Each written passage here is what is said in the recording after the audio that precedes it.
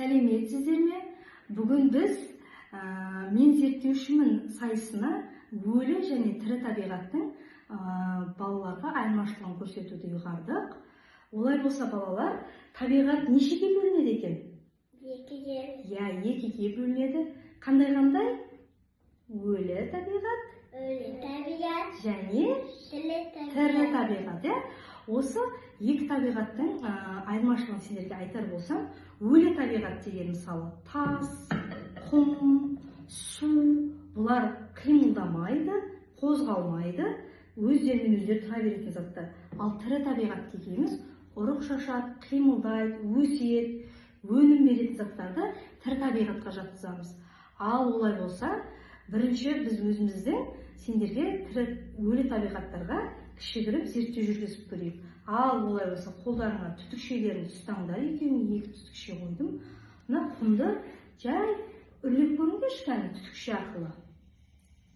Үрлей беріңдер, қатты үрлей беріңдер. Ал не болды? Не көріп тұрсыңдар? Жел болды ма? Жел болды.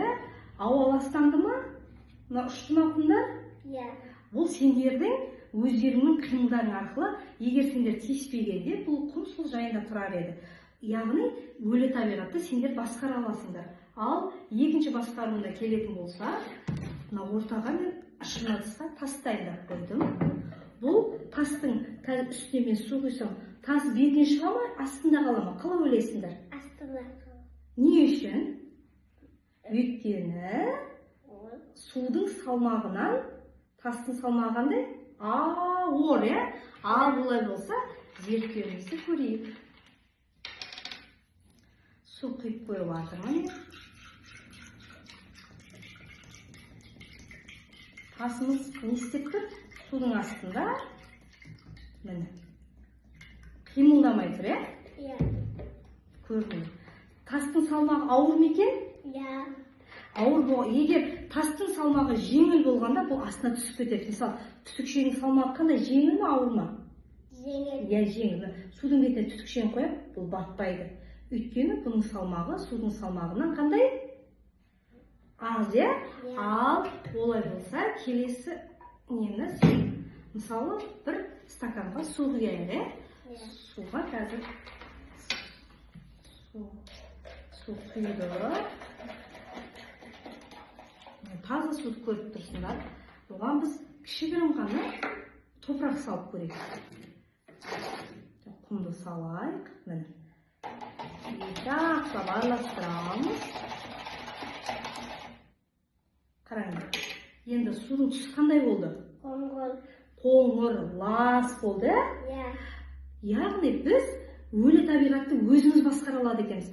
Қаласа құмды мына жаққа құйып, судың түсін өзгертіп жібере аласыңдар. Түсіндіңдер ғой, Ал енді біз зерттеуімізде қазір далаға шығып, ағаш, гүл отырғызып көреміз. Оларды кейін зерттеп жүреді. Өйткені біз оларды өз қолымызда отырғызған кейін, олар не істейді? Ағашта отырған кейін өседі, өзінің гүлін жібереді. Алған, ол үшін біз бірінші бүгін тал отырғызамыз деп шештік, балалар? Ал мына талдың тамыры, бұл тамырын тереңдеткізіп отырғызамыз қазір. Бұлай ұстап тұр, шақыңыздар ба? Ұстап тұр. Асты құнарландырып алдық.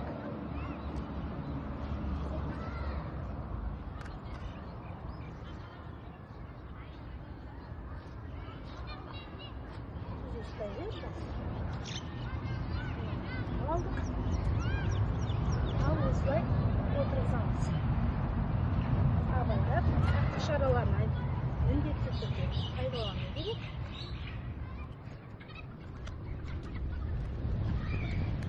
Ал енді бұл талға су қойып қарап тұру керек.